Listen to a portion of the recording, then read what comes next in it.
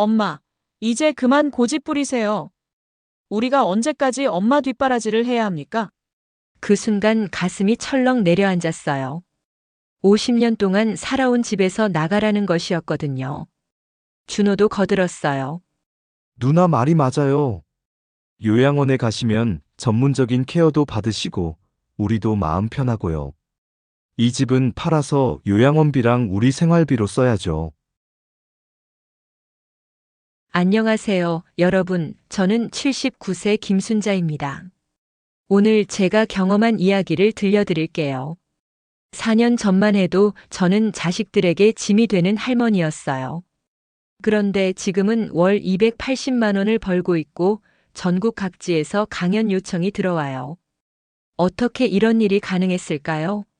구독과 좋아요, 알람 설정을 지금 해주세요. 제가 처음부터 차근차근 설명드리겠습니다. 저는 1948년생으로 23살에 결혼해서 딸 미영이와 아들 준호를 두었습니다. 35살부터 동네에서 작은 분식점을 시작했어요. 새벽 4시에 일어나는 게 일상이었어요. 김밥을 말고 라면 국물을 우리고 떡볶이 양념을 만드는 게 제 하루의 시작이었죠. 40년 동안 하루도 쉬지 않았어요. 명절에도 연휴에도 분식점 문을 열었어요. 아이들 학비 마련하려고 밤낮 없이 일했거든요. 큰딸 미영이를 서울 좋은 대학 보내려고 낮에는 분식점, 밤에는 남의 집 청소까지 했어요. 손이 부르터서 반창고를 붙이고도 일했어요. 아들 준호가 몸이 약해서 병원비기 많이 들 때마다 제 금반지 폐물을 하나씩 팔아가며 돈을 마련했어요. 남편은 1년간 투병하며 고생하다가 제가 62살 때 간암으로 세상을 떠났어요. 그때는 정말 살고 싶은 마음이 없었고 하염없이 매일 눈물만 흘렀습니다. 하지만 정신을 차리고 보니 장례비와 병원비로 빚만 남았지만 저는 굴복하지 않았어요. 아들과 딸은 제 손으로 반드시 훌륭하게 잘 키우고 싶어서 이를 악물고 열심히 살기 시작했습니다. 혼자서도 분식점을 계속 운영했어요. 동네 사람들이 순잔의 김밥이 제일 맛있다고 할 때가 가장 뿌듯했어요. 자식들 결혼 자금도 제가 다 마련해줬어요. 미영이 전세금, 준호 사업자금까지요. 제 노후 준비는 전혀 못하고 오직 자식들만 바라보며 살았어요. 그런데 3년 전 어느 날이었어요. 미영이가 준호와 함께 찾아와서 제게 한 말을 절대 잊을 수가 없어요. 엄마, 이제 그만 고집 부리세요.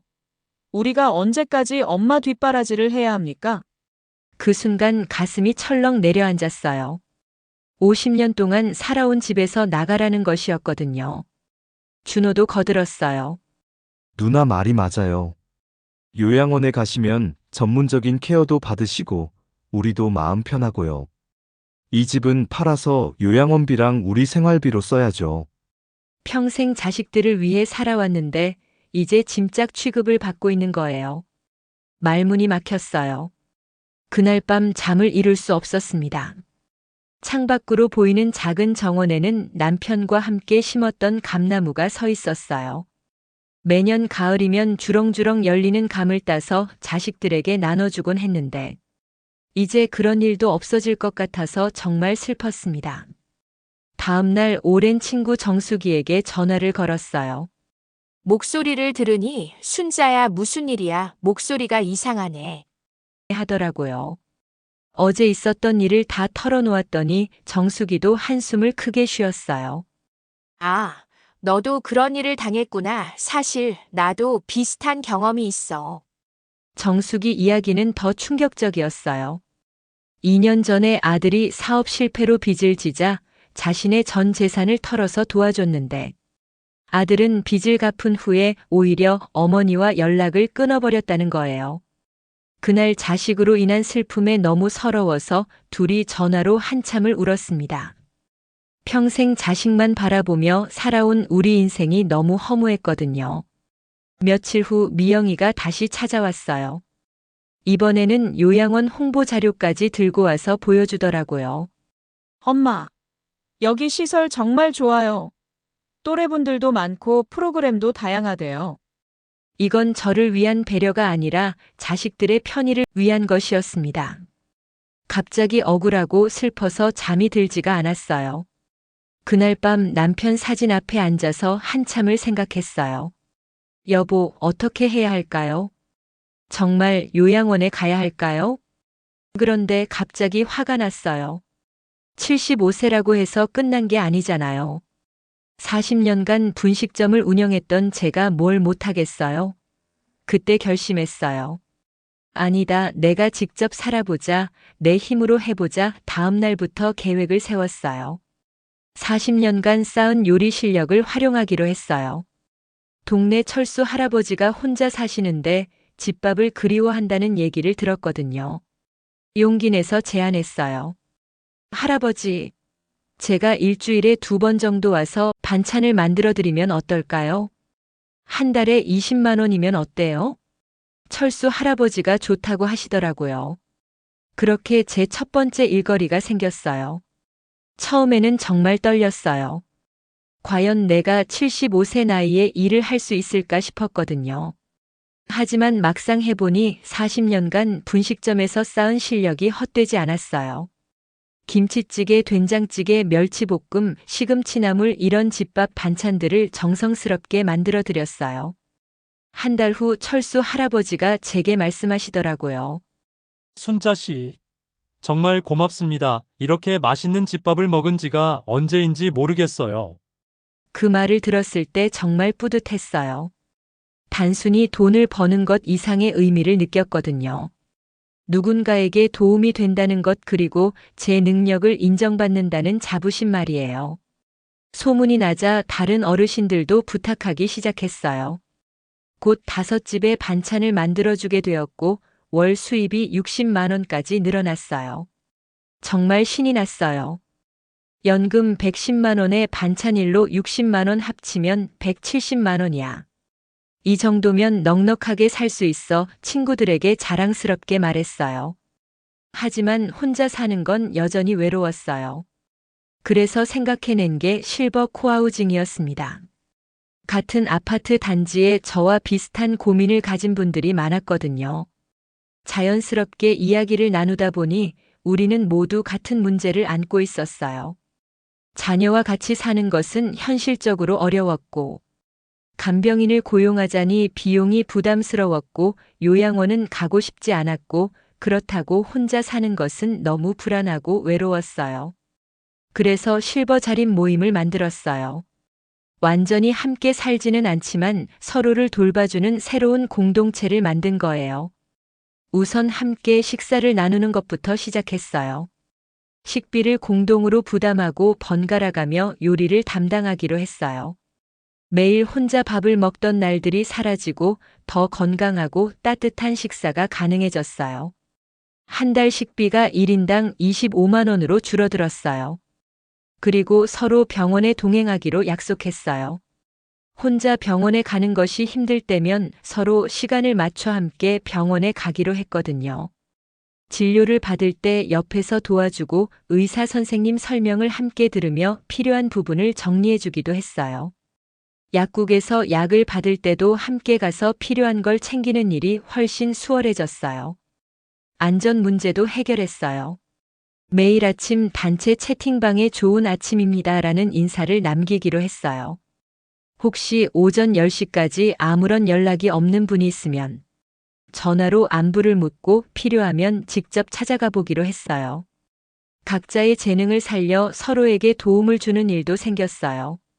요리를 잘하는 분은 요리 클래스를 열었고 손재주가 좋은 분은 공예 만들기를 가르쳐 줬어요. 스마트폰이 어려운 분들은 잘 아는 사람이 도와드렸어요. 이렇게 서로 도와주다 보니 단순한 이웃이 아니라 정말 가족 같은 사람들이 되어갔어요. 가끔은 함께 산책을 하거나 가까운 곳으로 소풍을 다녀오기도 했어요.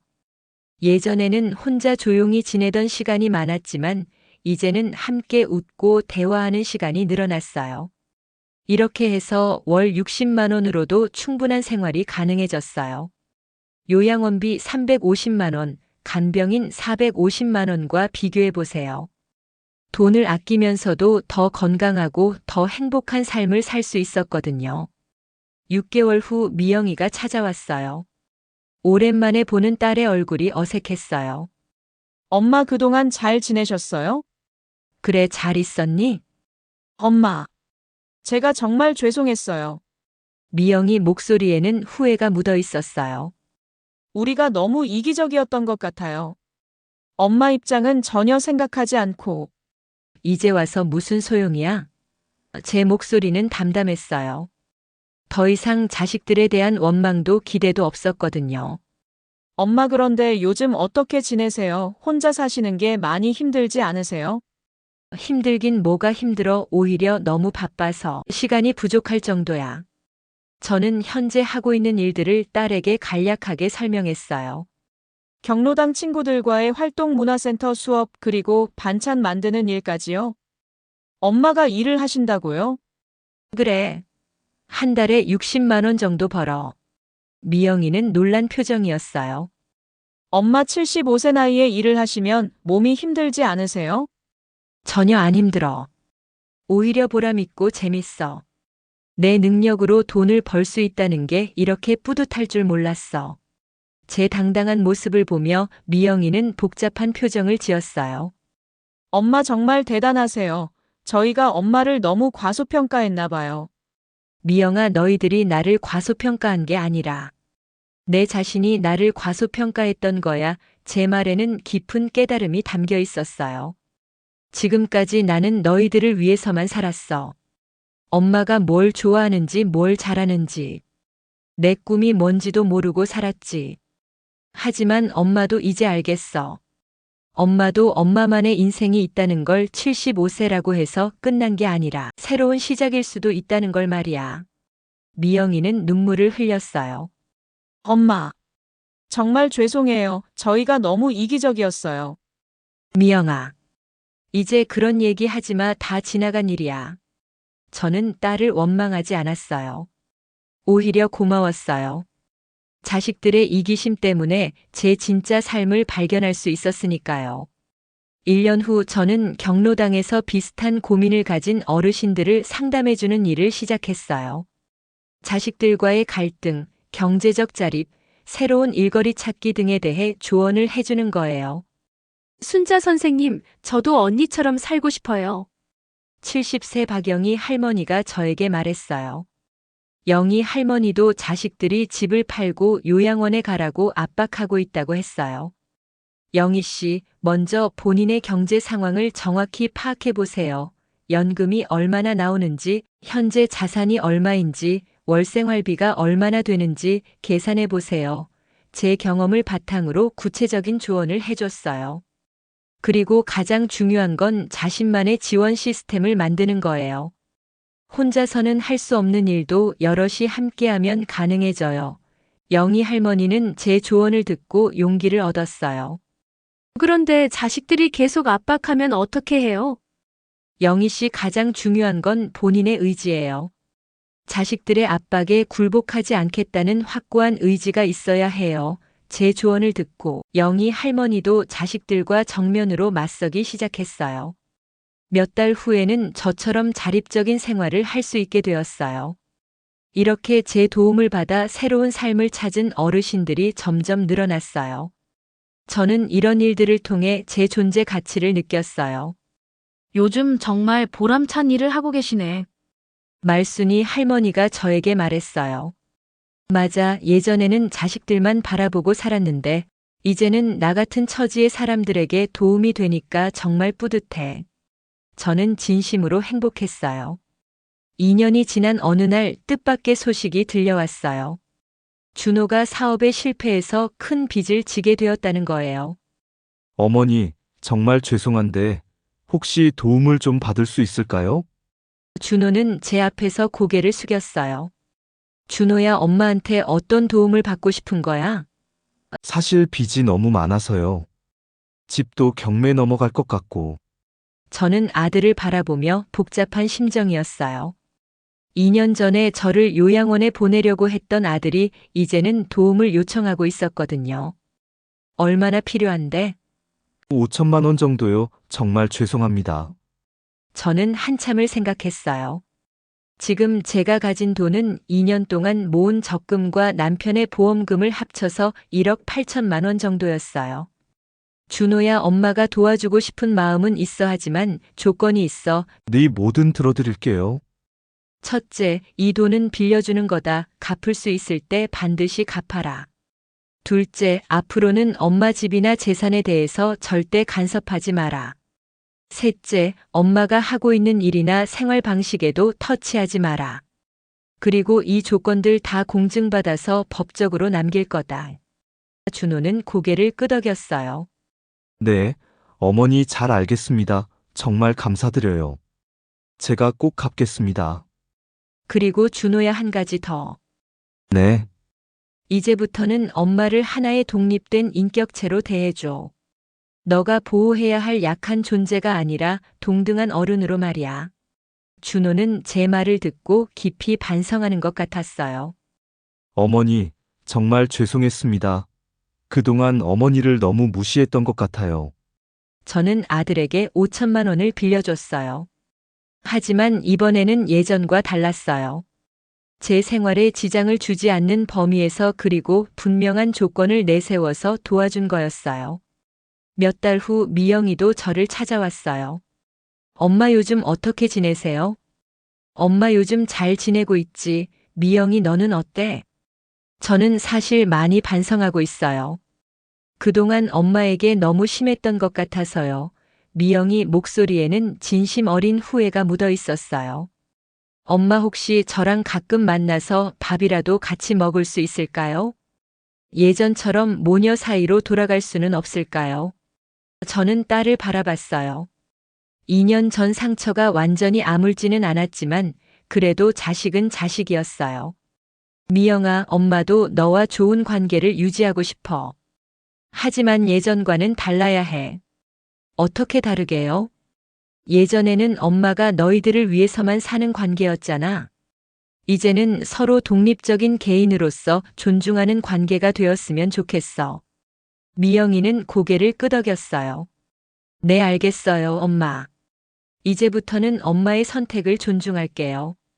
그날부터 저와 자식들의 관계가 조금씩 회복되기 시작했어요. 하지만 예전처럼 일방적인 희생의 관계가 아니라 서로를 존중하는 건강한 관계로 바뀌었어요. 저는 새로운 일도 시작했어요. 경로당에서의 상담이 입소문을 타면서 다른 지역에서도 강연 요청이 들어오기 시작한 거예요.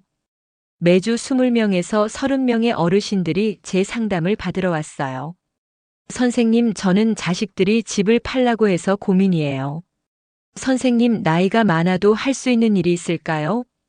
선생님, 혼자 살면서 외로움을 어떻게 극복하셨어요? 다양한 고민을 가진 어르신들을 만나면서 저는 제 경험이 얼마나 소중한지 깨달았어요. 여러분, 가장 중요한 건 마음가짐입니다. 나이가 많다고 해서 끝난 게 아니에요.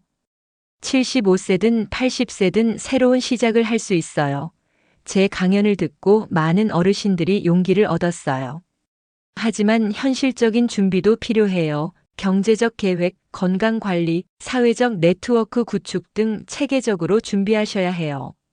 제 경험을 바탕으로 구체적이고 실용적인 조언을 해줬어요. 6개월 후 제 상담을 받은 어르신들 중 80% 이상이 새로운 일자리를 찾거나 자립적인 생활을 시작했다는 성과가 나왔습니다.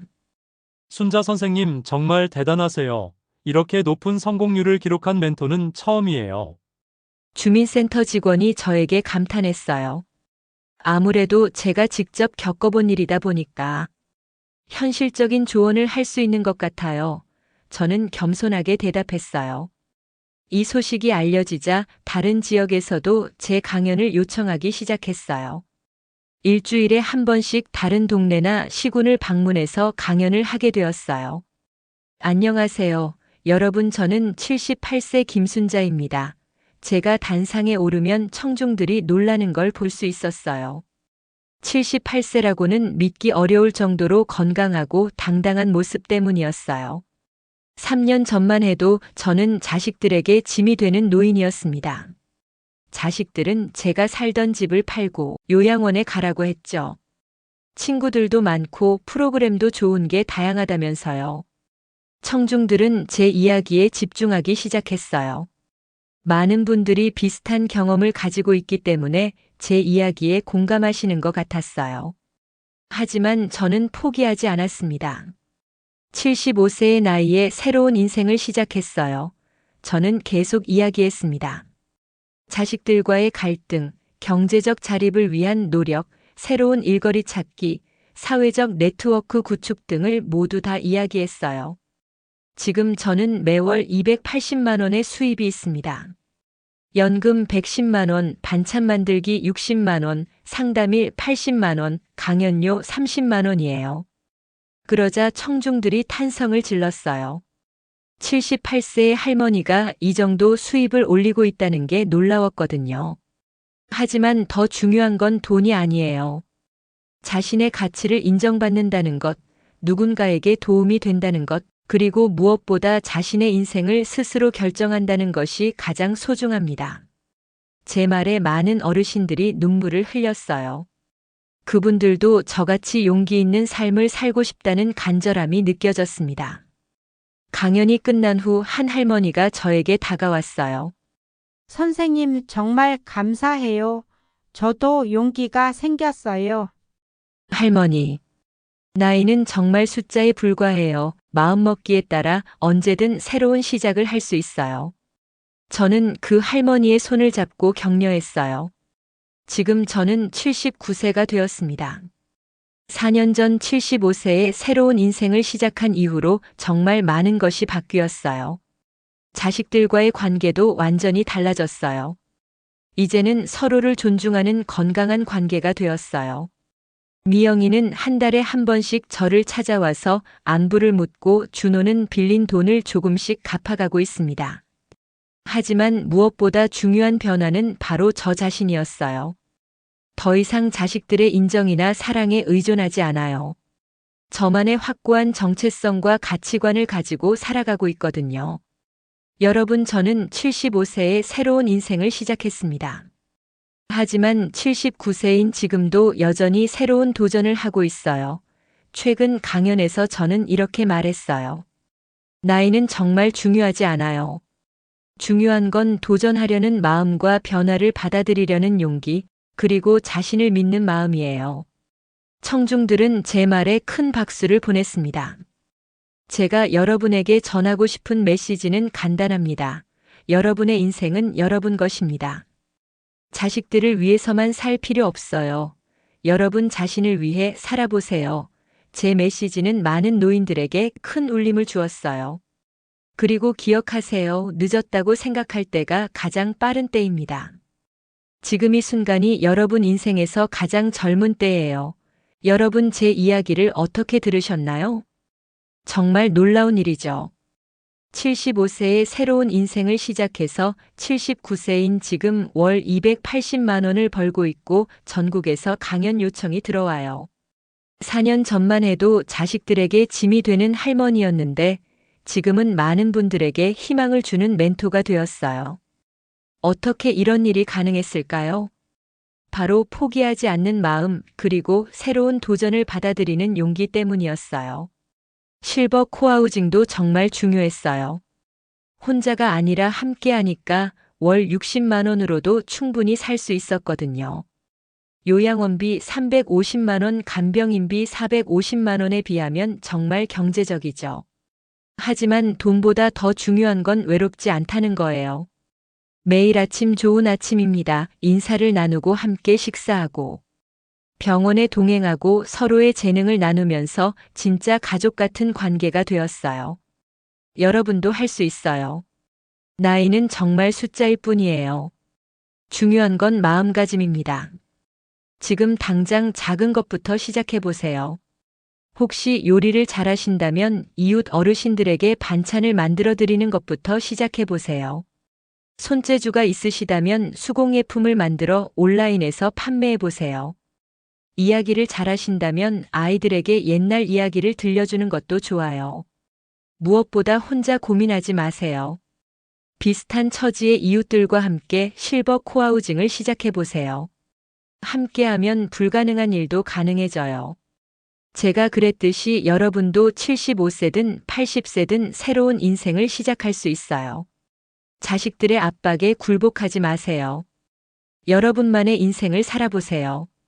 분명히 할 수 있어요. 제가 증명했잖아요. 오늘 영상이 도움이 되셨다면 구독과 좋아요 꼭 눌러주시고 카카오톡 단톡방에 의미 있는 선물로 친구들에게 이 영상을 공유해주세요. 특히 비슷한 고민을 가진 어르신들이 계시다면 꼭 보여드리세요.